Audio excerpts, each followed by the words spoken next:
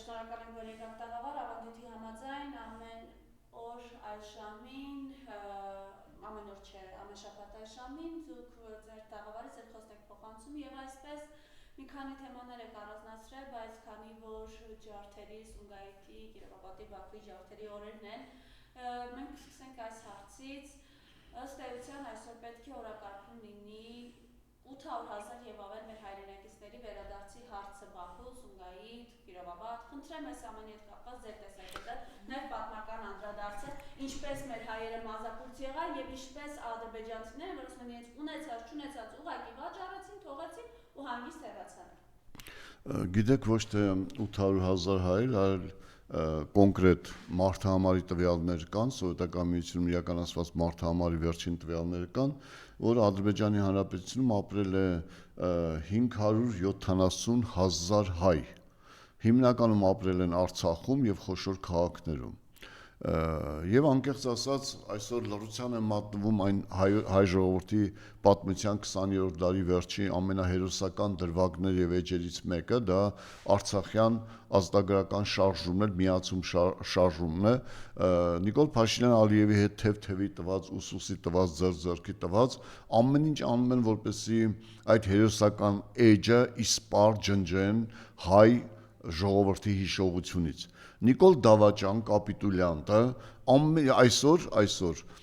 ոչ մի բառ այս ամիս չի հնչել Սումգայիթյան ջարդերի վերաբերյալ։ Եվրոպայում գտնվող արտաքին գործերի նախարար եւ վարչապետ Նիկոլ Փաշինյանը ոչինչ չեն ասում, որ հենց այսօր 88 թվականի փետրվարի 27-ին Ադրբեջանի Սումգայիթ քաղաքում սկսվեց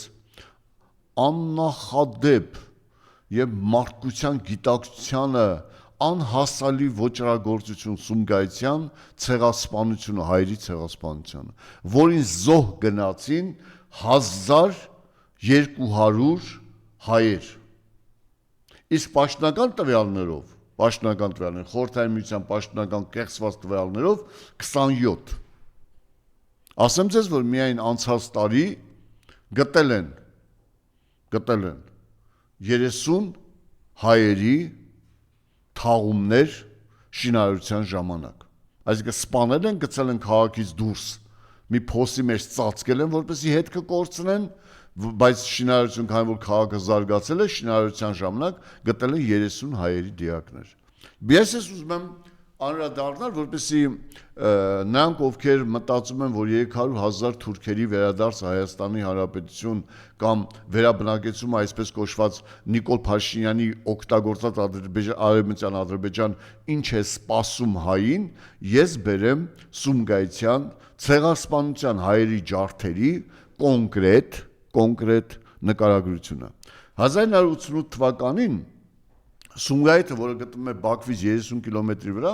սկսվում է ռազմաքիմիական արդյունաբերության հիմնադրում այդ քաղաքում։ Եւ այդտեղ վերաբնակեցվում են շատ մարդիկ, այդ թվում նաեւ կալանավորներ։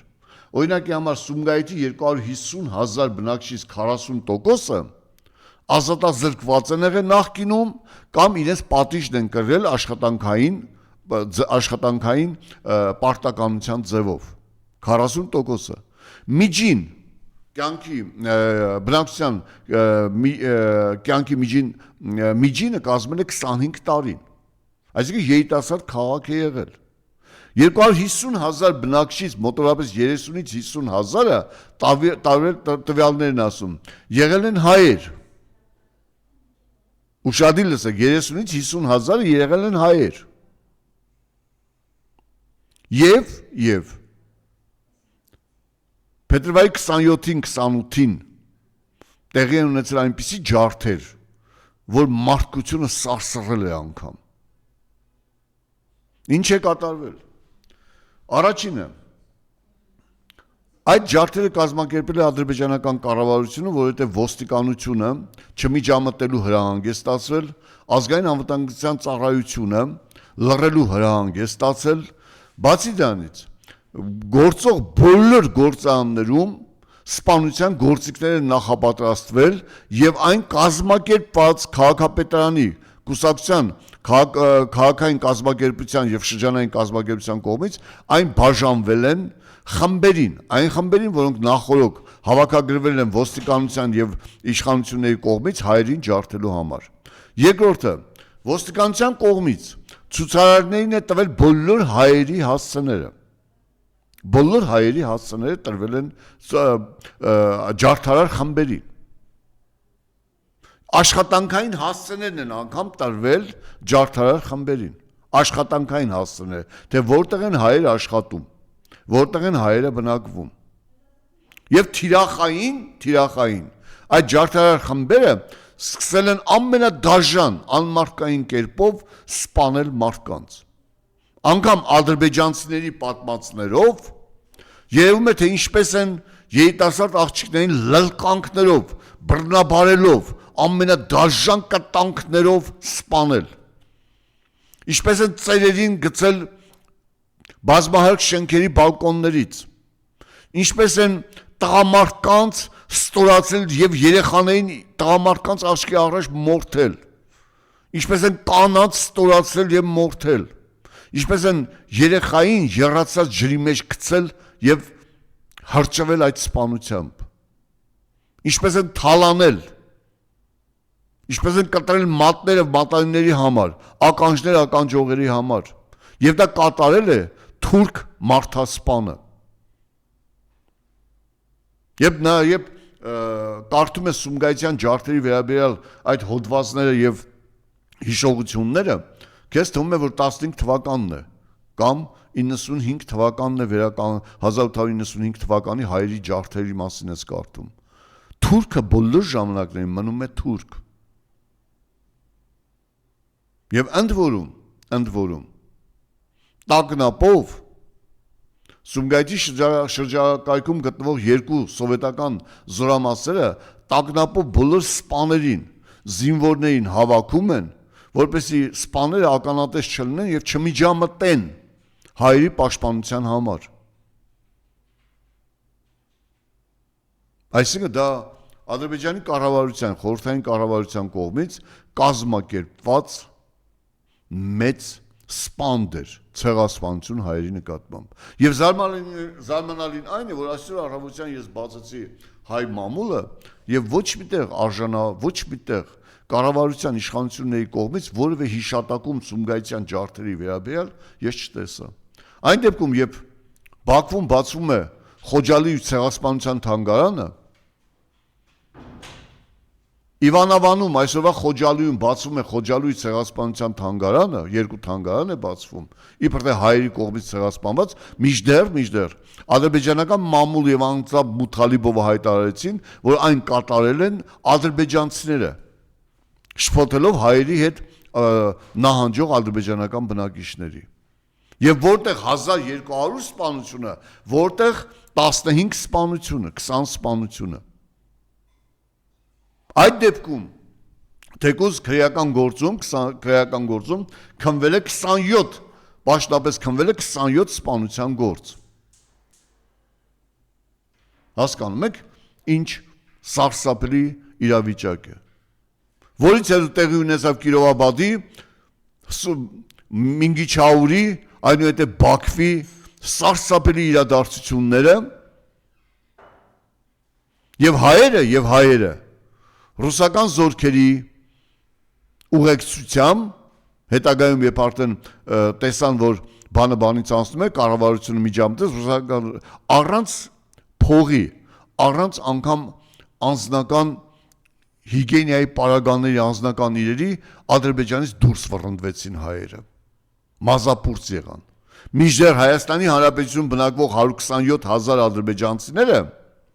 վաճառեցին, փոխանակեցին իրենց տները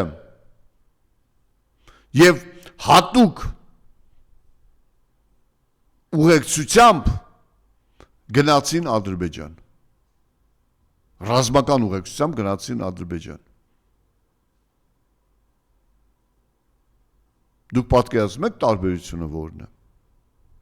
Եվ այս կառավարությունը, այս դավաճանների թրքաստրկամիտ կառավարությունը այսօր ոչ մի միջոցառում, ոչ մի խոսք չի ասում այդ դաժան, հայոց այդ դաժան ցեղասպանության վերաբերյալ։ Դրա փոխարեն Առավոտյան ժողովրդի ոսոր կապիկներ լինեն էլի ամուսիններով հայտարարում են որ ես տեղափոխվում եմ հա գիտենք որ դու մեծ հսկայական պալատ եք գնել Նիկոլի հետ միասին $2 միլիոն հարակից շինություններով պալատ եք գնել դու չես գնալու վարձով ապրես կառավարական առանձնատներից փախչում ես ժողովրդի ցեղասպանության օրը փոխարեն դուրս գա եւ հայտարարի որ հայերին ջարդել են հայտարարում որ ես տեղափոխվում եմ տաքսիստներ չհայոյեք ինձ որ տեսնեք դուք հասկանում եք 5 մեքենա 60 մարդ է սպասարկում իրեն մարդկային սուտը կեղծիկը մանիպուլյացիան ինչքան գարշելի կարող է լինել եւ այդ գարշելի անունը կոչվում է Աննա Հակոբյան հասկանում եք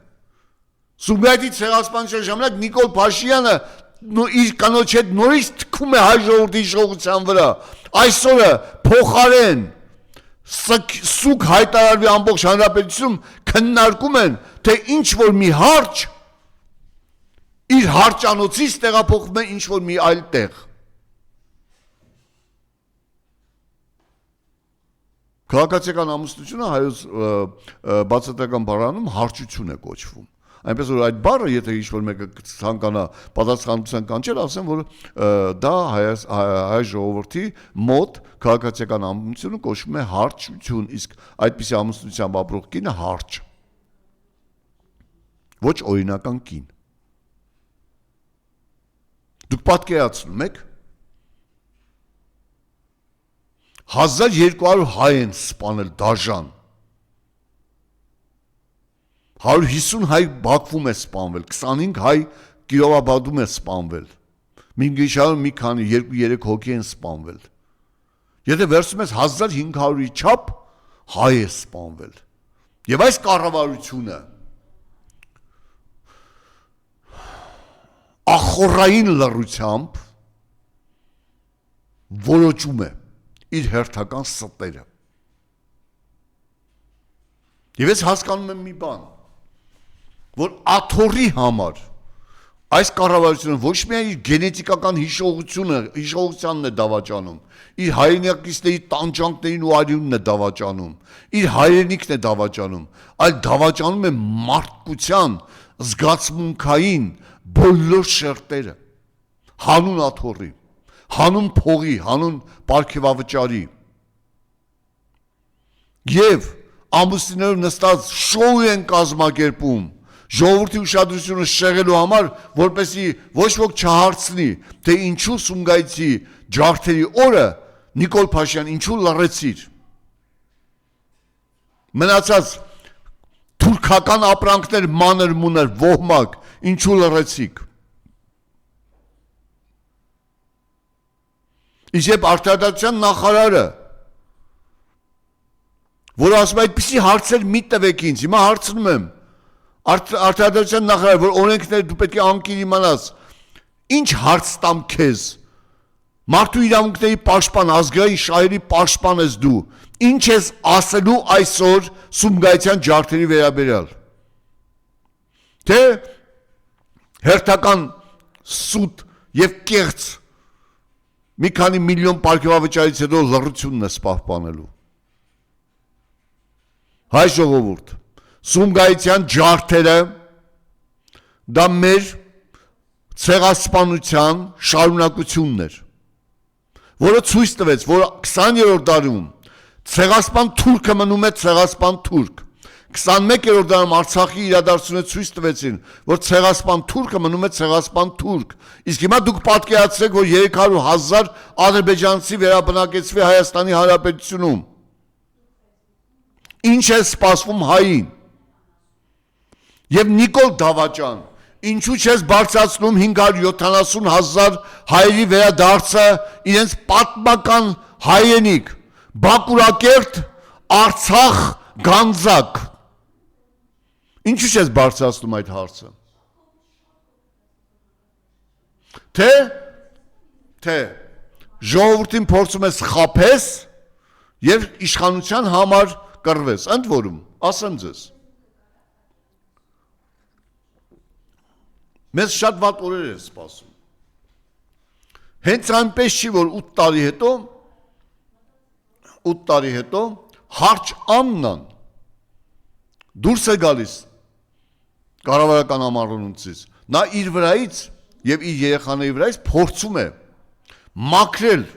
13,000 հայ երիտասարդների սպանությունը Նիկոլի եւ Նիկոլականների կողմից։ Արցախի հանձնումը եւ այն, ինչ սպասվում է հայ ժողովրդին, որովհետեւ Նիկոլը եվրոպական լռությամբ պատրաստ է նոր արյուն թափել հանուն իշխանության պահպանման։ Եվ այսօրվա այս միջադեպը հենց եկել է փաստելու այն, որ մեզ շատ վատ արյունոտ օրեր են սպասում Նիկոլի կողմից։ Աննա, Ռևիերի Նիցի մոտ 8 միլիոնանոց պալատը, եթե իս դատի կտաս, այդ նյութը կա, ես ումից եմ վերցրել, այնպես որ ես որպես Հայաստանի Հանրապետության քաղաքացի իրավունք ունեմ հենվելու ցանկացած նյութի վրա, չէ, նյութի հեղինակին կարող ես դատի տալ եւ ասել, որ 8 միլիոն Կիպրոսի օֆշորով դու 8 միլիոն դոլարանոց պալատ չես գնել այնտեղ։ 3.1 միլիոն ըստ France Guardian 30 3 միլիոն 100,000 եվրոյով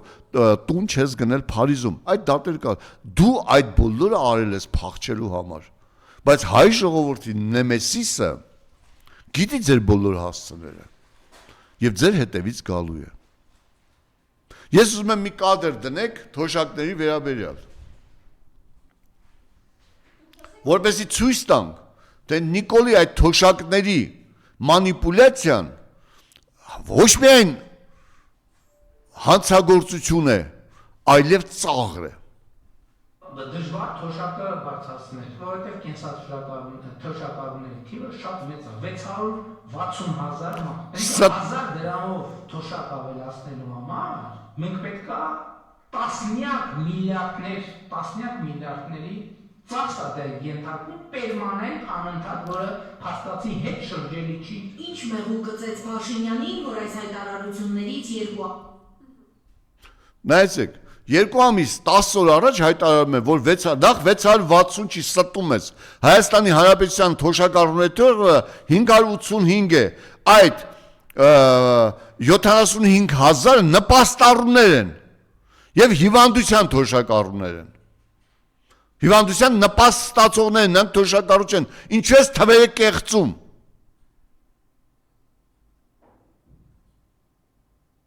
Դուք հասկանում եք ինչ է անում։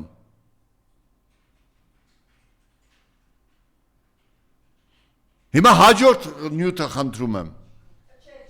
Էլ չկա, դե լավ, որ չկա, ուրեմն անդրադառնանք առաջ։ Նախ Նիկոլ Փաշինյան։ Տարվա կեսից թոշակները բարձրացնելու համար դու պետք է ազգային ժողովի թույլտվությունն ունենաս, որովհետև դա բյուջետային ծախս է, իսկ բյուջետային բոլոր ծախսերը, բոլոր բյուջետային ծախսերի բոլոր կետերը ազգային ժողովն է հատկացնում։ Հաստատում եւ հատկացնում։ Դու ով ես, որ թոշակ բարձրացես առանց բյուջետային հաստատման։ Դա մեկ։ Երկրորդը, եւ ինչու հատկապես հիմա, երբ 30 միլիարդ դրամ պարգևավճարից հետո ժողովուրդը հասկացավ, որ դու չարիք ես, թուրքի ստրուկ ես եւ ժողովուրդ կործանող ես, փորձում ես հանուն քո աթոռը թոշակ բարձրացնես։ Ես ասել եմ, թոշակ բարձրացնելու համար 10,000 թոշակ բարձրացնելու համար 80 միլիարդ դրամ փող է պետք ես։ Ես փող ցույց եմ տվել տեղը։ Դու այսօր միայն պարգևավճարների համար 100 միլիարդ դրամ փող ես հատկացրել։ Այդ 100 միլիարդ դրամը եթե տալիս ես 600,000 թոշակառուի, ապա նրանց թոշակները 12,000-ով ես բարձրացնում։ Իսկ եթե դրան գումարում ես նաև կառավարության եւ նախարարությունների աշխատակազմների 30 միլիարդը, դա դառնում է 130 միլիարդ։ Եթե դրան գումարում ես, այդ հսկայական ծախսերը ավտոմեքենաների եւ մնացածի վրա եւս 20 միլիարդ, 150 միլիարդ։ Եթե դրան գումարում ենք նաև գործուղումներին հսկայական ծախսերը, որ այսօր Հայաստանի Հանրապետության իշխանությունները ծախսում են առանց միայն ինչ որ մեկի հետ նկարվելու համար, առանց Հայաստանի Հանրապետության որևէ օգուտ բերելու համար, ապա դա կազմում է մոտավորապես 200 միլիարդ դրամ։ Այսինքն դու Հայաստանի Հանրապետության թոշակները, ես ասեմ ձեզ, Հայաստանի Հանրապետության սպառողական միջին զամբյուղը 93,000 է։ Եթե այդ բոլորը միայն արդյունավետ ես օգտագործում, առանց բյուջետային լրացուցիչ ծախսերի, կառավարության որոշումների բյուջետային ներքին հոսքերով դու կարող ես Հայաստանի Հանրապետության թոշակները բարձրացնել 30,000-ով։ Դու ստում ես Նիկոլ Փաշինյան։ Տեսեք, ասում են, որ մենք հաշվարկեցինք տնտեսական աննախադեպ աճ է սարբանում։ Ես բերում եմ կառավարության, ֆինանսների նախարարության, արդյունաբերության նախարարության վիճվարության տվյալները։ 2026 թվականի հունվարին տնտեսական անկումը Հայաստանի Հանրապետությունում կազմել է 48%։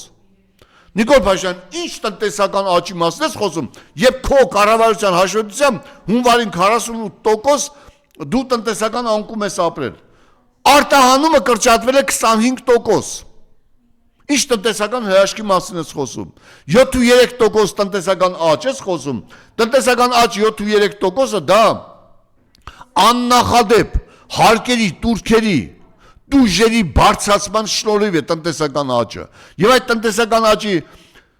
4.3%-ը, 7.3%-ի 4.3%-ը միայն առևտրի ոլորտն է։ Առևտրի ներքին եւ արտաքին առևտրի ոլորտն է։ Այսինքն դուք նյութական բարիք չեք ստեղծում, առևտրի ոլորտում էլ շրջանառության հարկի բարձրացումն է բերել այդ 4.3%-ը, եկամտահարկի բարձրացումն է բերել այդ 4.3%-ը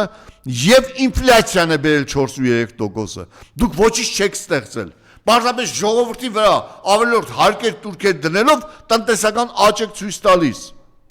1.5%-ը շինարարությունն է, որի արդյունքը եթե ցեմենտը եղել է 1000 դրամ, հիմա ցեմենտը 2000 դրամ է, եթե քարը եղել է 1000 դրամ, 1500 դրամ է, այսինքն նորից գնաճի միջոցով 1.5% աճ եք ցույց տվել։ Եվ 1.4% մյուս ճյուղերը։ Ես ասեմ միայն արդյունաբերության նվազումը 0.6% է։ Գյուղատնտեսությունը 0.4% է նվազում։ Միայն 25 թվականին, 24 թվականի համեմատ։ Ինչ տնտեսական աճի մասին եք խոսում։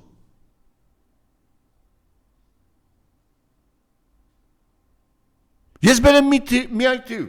Ցանկացած երկրի տնտեսական գործակիցը մշակող արդյունաբերության զարգացումն է։ 2019 թվականին մշակող արդյունաբերությունը հնայի 30%-ն է կազմել։ Համախառն ներքին արդյունքի 30%-ն է կազմել։ Իսկ 2025 թվականին ընդամենը 11%։ Այսինքն մենք 19%-ով մեր արդյունաբերության անկում ենք ունեցել մենակ վերամշակող արդյունաբերության մեջ։ Ինչ տնտեսական հաջողությունների մասին ես խոսում։ Այսինքն թոշակների բարձրացումը, որը ինքը դրական բան է, չի բխում Նիկոլ Փաշինյան քո հայտարարությունից, այլ բխում է ընտրությունների թելադրանքից։ Ընտրությունների թելադրանքից դու ուզում ես 10,000 դրամով ընտրակաշարք բաժանել, որը ինքը արդեն իսկ հանցագործություն է, եւ որը քննվելու է անպայման։ Եթե դու դեկտեմբերին հայտարարիր, որ բյուջեում նախատեսված բարձրացում է 10,000 դրամ, մենք կհամարենք դա տնտեսական զարգացման արդյունք։ Եվ եւս մի բան ասեմ։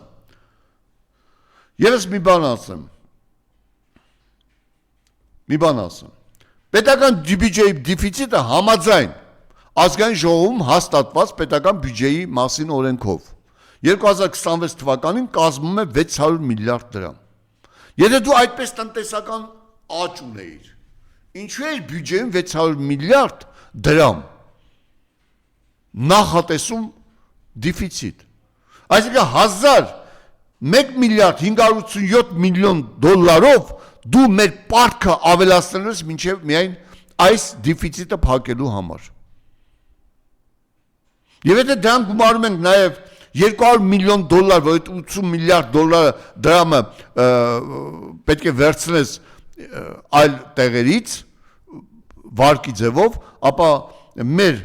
արտաքին պարտքը միայն 2 միլիարդով դու ավելացնելու ես 26 թվականին միայն նրա համար, որպեսզի դու վերընտրվես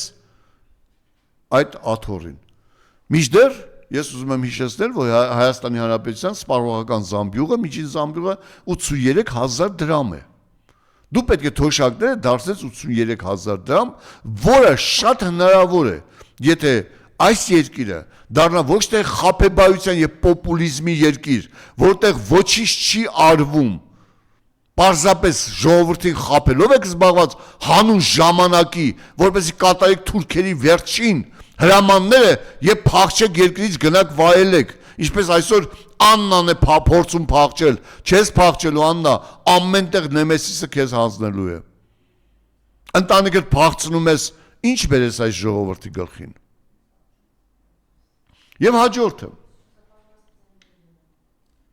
Եվ հաջորդը։ Տեսեք, ոչ ոք ուշադրություն չի դարձնում, սակայն ամեն ինչ քայքայվում է Հայաստանի Հանրապետությունում։ Հեծը քայքայվում է։ Եվ շատ շուտով մենք չենք ունենալու նորմալ էլեկտրամատակարարում։ Իսկ երբ ապրիլին փակվի ատոմակայանը, մենք չենք ունենալու նորմալ էլեկտրամատակարարում։ Տեսեք, հայտարարվեց, որ գիշերները ջուր չի լինելու։ Ես արդեն 2 ամիս ապրում եմ Էրեբունի 7 հասցեում, 2 ամիսը գիշերները ես ջուր չեմ ունենում։ Ժամը 12-ից 6:07-ը իմ տան ջրերը կտրվում են արդեն 2 ամիս։ Ես հիմա ուզում եմ մի հարց տալ։ Այն որ Վիալա ջուրը հայտարարել է, որ ջրերը անջատվելու են գիշերները, դա լինելու է։ Որքան էլ պոպուլիստ կառավարությունը փորձի ասել է ժողովրդի կողմից, հիմա Նիկոլ Փաշինյան, դավաճան, խաբեբա եւ թալանչի։ Ես ուզում եմ մի հարց տալ։ 2025 թվականին 80 միլիոն դոլար վարկ ես վերցրել ջրային համակարգի զարգացման համար։ Ուշադիր նայեցեք։ 80 միլիոն վարկ է կառավարությունը վերցրել եւ Հայաստանի Հանրապետության պետական պարտքին ավելացրել է ջրային ռեսուրսների եւ համակարգի զարգացման համար։ Եվ այդ 80 միլիոնից հետո, որը ոչ միտեղ մենք չտեսանք որևէ ռեսուրս, որևէ զարգացում, գյուղացին ամռանը ջուր չուներ, քաղաքում ամռանը ջրերը անդադ կտրվում էին օրերով, ուր գնաց այդ 80 միլիոնը, Նիկոլ Փաշինյան։ Համաձայն այդ 80 միլիոնով մենք պետք է այսօր ունենանք այնպիսի զարգացած համակարգ, որ ջրանջատման խնդիր եւ Սևանի խնդիր չլինի։ Իսկ այդ խնդիրները ավելի են խորանում։ Իսկ փողը ավելանում է պարկի դիմաց։ Նիկոլ ընտրող կամ Նիկոլին գովող բոլորին եմ դիմում ես։ Հարց տվեք ձեզ, ինչ է արել 14 միլիարդ 680 միլիոն դոլար Նիկոլը, 8 միլիարդ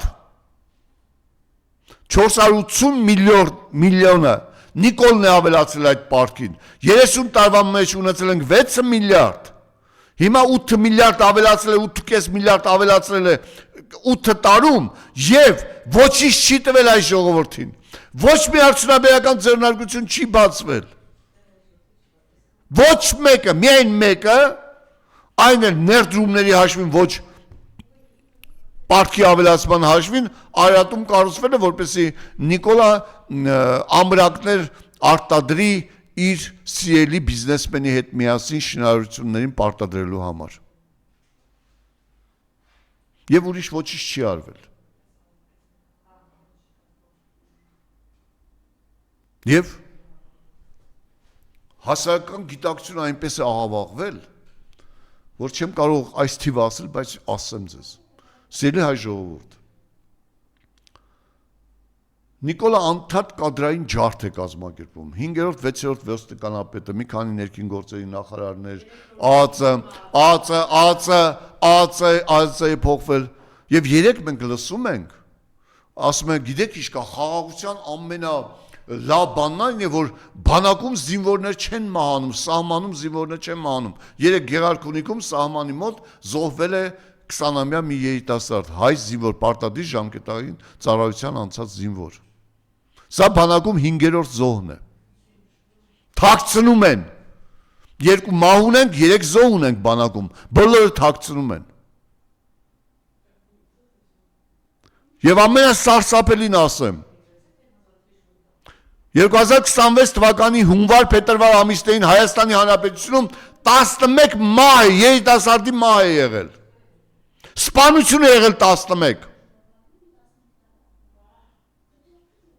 Այդպիսի կրիմինալ իրավիճակ է Հայաստանի Հանրապետությունում, որովհետև պետական պաշտոնյա են նշանակում ոչ կոմպիտենտ, պարզապես Նիկոլի առաջ չոքած և Նիկոլի տրենգի տակ պարող ոչնչությունների են նշանակում պաշտոնների։ Ով է պատասխան տալու զինվորի մահվան համար։ Նիկոլ, արդեն բանակում քո զոհերը դարձան 14,000։ Հիշում եք Արմեն Գևորգյանը, որ ասում է սրան հանեք, որ էլ մարդ չմահանա։ Հանեք Նիկոլին, որ Հայաստանում էլ մարդ չմահանա։ Որ ազգը թոթափի այդ ստրկության տահաճ լուծը և ոտքի կանգնի, պայքարելու համար իր ապագայի համար, ոչ թե ողորմաբար սպասի թե թուրքը ինչ է բերելու իրեն։ Եվ ամենասարսափելին, Նիկոլը ոչ միայն սպանում է հայի հիշողությունը, Սումգայիթի օրը ոչինչ չեն անում, մի հատ Աննա Նիկոլ Կապկաս թամաշա են նշանակում, որ ժողովուրդը չի հիշի, որ այսօր Սումգայիթում 1200 հայ են սպանել։ 1500 հայ են սպանել թուրքերը Բաքվում, Գանձակում, Մինգիչհաուրում, Սումգայիթում, այդ մասին լռում են։ Ժողովուրդը զբաղված է հարճի, հարճատնից հեռացմամբ։ Եվ ամենասարսափելին, կեղծեցին պատմությունը, և ես չեմ զարմանա, որ Նիկոլը մի օր հայտարարի, որ ինչպես 15 թվականի հայոց ցեղասպանության եղերնի մասին հայտարարեց, որ մեխանիկայի, ցեղասպանության մեխանիկայի մշակողները հայերն են եղել, չէ, մեխանիկայի մեղավորները հայերն են եղել, այսինքն հայերն են մեղավոր եղել, որ թուրքը եկե իրեն սպանել է, կարող է Սումգայիթի համար էլ Նիկոլ ասես, որ հայերն են մեղավոր եղել, մեխանիկան հայերն են մշակել։ Եթե որևէ Արևմտահայաստանից գաղթած որևէ մեկը այդ արդիկ, այդ սասունցիներ, մշեցիներ, կոչեցյալներ, վանի կոչեցյալներ, եթե այդ արտահայտությունից հետո Նիկոլին թողնում եք, որ նա վարչապետ մնա, և գնում եք Նիկոլի հետևից, ուրեմն դուք թքում եք ձեր նախնիների տանջահար արյան վրա։ Եվ ամենասարսափելին, կրթության, գիտության, սպորտի, մշակույթի և այդ մեկը կա, նախարար կոչեցյալ մեկը կա, ասում է, կրթությունը դա պետության մենաշնորհն է, կեղծ լուրեր մի տարածեք, 231 դպրոց չեն փակվում։ Ստում ես, փակվում են 231 դպրոցներ։ Ես թվեմ, 48 դպրոց, ես վերջին անգամ հայտարարեցի 45, նորից ճշտեցի 48 դպրոց փակվում է Սյունիքում, 48 դպրոց փակվում է Շիրակում և այդպես շարունակ։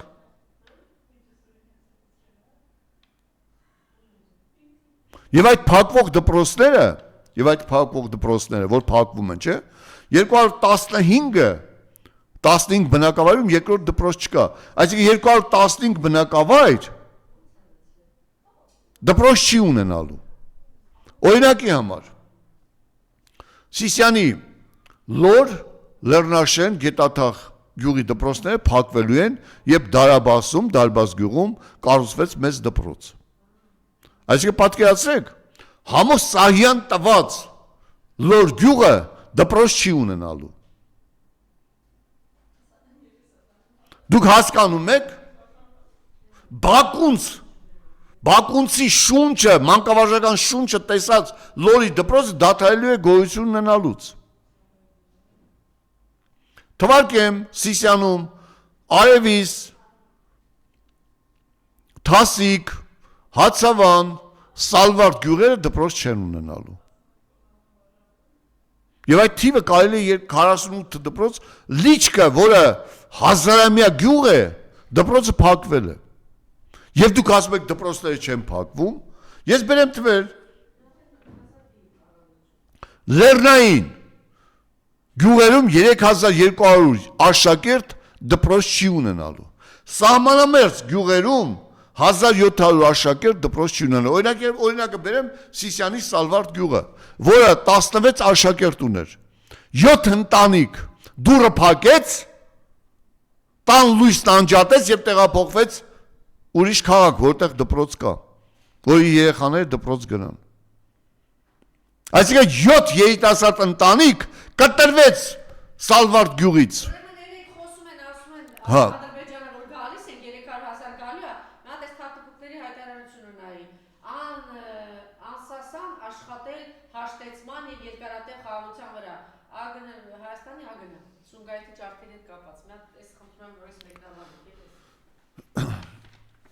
Ուրեմն ասեմ ձեզ,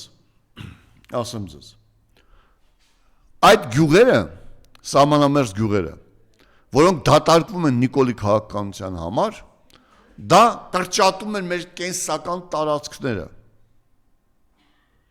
Ադրբեջանը խաղաղություն չի ուզում։ Ադրբեջանը Հայաստանի նվաճումն է ուզում նոր մեթոդով, էթնիկական գերակշռության մեթոդով։ Եվ եթե Հայաստանի Հանրապետության ԱԳՆ-ն նման հիմար հայտարարություն է անում եւ պահանջատիրություն չի պահանջում, որ ցեղասպանությունը ճանաչեք Սումգայիթյան ջարդերը, վերականգնեք 570,000 հայերի իրավունքը իրենց պատմական հայրենիքում, Գանձակում, Արցախում, Բաքուրակերտում, ուրեմն մեր արտաքին գործերի նախարարությունը արդեն Թուրքիա արտաքին գործերի նախարարությունը։ Բացի դրանից, տեսեք, Իհարկե պետք է դատեն, հաղթանակածներին պետք է դատեն։ Ես ասեմ, հայ ժողովուրդ, թուրքը որ եկավ այստեղ, շուրաների իրավունքով է գալու, որովհետև այդ պայմանագրում ադրբեջանցիները, որոնք եկան հասան Հայաստանի Հանրապետություն, ես բնակավայրեր ունենալվեն պահպանություն, ներքին ինքնավարություն եւ զինված ներկայություն Ադրբեջանի։ Այսինքն Ադրբեջանը այդ 300,000-ի հետ եւս մի 10,000 զինվոր է մտցնելու Հայաստանի Հանրապետություն։ Այսինքն օկուպացնելու է Հայաստանի Հանրապետությունը։ Օկուպացնելու է։ Եվ Սումգայիթը հենց այնպես չի, որ Սումգայիթի օրը հայ հաղթած հերոսներին են դատում։ Հենց այնպես չի։ Դա Ադրբեջանին ստորաքարշ խոնարհում է դա կոչվում։ Ինչի համար են դատում, ինչի համար են նախին ոստիկանության կարևոր պաշտոնային կալանավորը, նրա համար մարտի 1-ի համար, մարտի 1-ին կրակելու հրաման տվել է Նիկոլ Փաշինյանը եւ անզեն ոստիկանների ուղղությամբ Նիկոլի հայտարարության տեղից են կրակել անզեն ոստիկանների վրա եւ առաջին զոհերը հենց իրենք են եղել։ Իսկ հիմա Նիկոլը փորձում է ուշադրություն շեղել։ 8 տարի հետո ուզում է ասել մարտի 1-ի դեպք են բացահայտում։ Ուրեմն դու գնա կամավոր կալանավորվի, որովհետև դու ես սահմանադրական կարգի դեմ կրակել Նիկոլ Փաշինյան, նման հրաման տվել։ Ինչի համար են դատում երկրորդ նախագահի եւ հերոս փառաբանված Սերյան Օհանյանին։ Հաղթանակի համար, որ թուրքերին հաղթել է։ Միայն դրա համար ուրիշ ոչ մի պատճառ չկա։ Մեղադրանքի մեջ ես դատվել եմ, ես գիտեմ, որ մեղադրանքի մեջ ոչինչ չի լինում, դա լինում է միայն վերևից հրաման եւ մի հատ պոռնկաբարո քննիչի անգրագետ ցանկություն։ Հայ ժողովուրդ, ոտքի կանգնիր, այս իշխանությունը քեզ բերելու է կործանման։ Ես ասում եմ Սումգայիթում 20-րդ դարի վերջում ամենադաժան 15 թվականի 1895 թվականին նման թուրքը մորթեց հային։ Արցախյան պատերազմի ժամանակ եւ Արցախը հայաթափելու Նիկոլ Էրդողան Ալիև պլանի իրականացման ժամանակ մորթեցին եւ կտրված գլուխներով ֆուտբոլ 800,000 հայ Բաքու Ադրբեջան։ Իհարկե չի կարող հայտարարել, որովհետեւ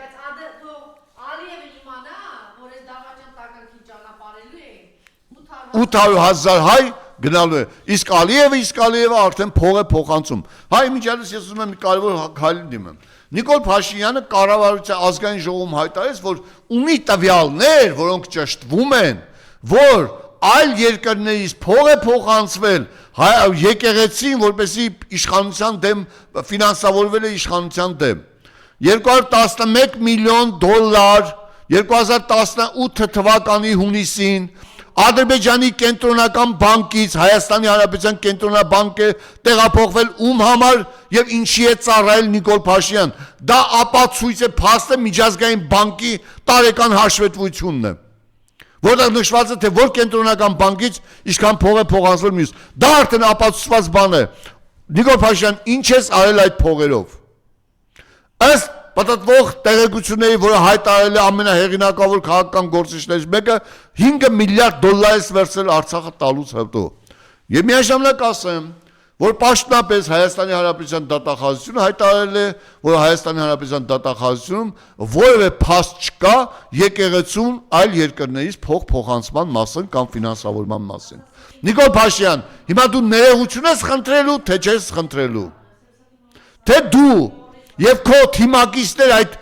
ոհմակը թուրքական ապրանքների մինչեւ վերջել ներողություն չեք խնդրելու ձեր հանցագործությունների համար, իհարկե խնդրելու եք, ծնկաչոք եք խնդրելու, Արշակ Սրբազանից եք խնդրելու կեղծ նյութեր տարածելու համար, հայ ժողովրդից էլ, արցախցիներից էլ, ձեզ սեփական ժառանգներից էլ եք խնդրելու, որ ապրելու իրավունք ունենան։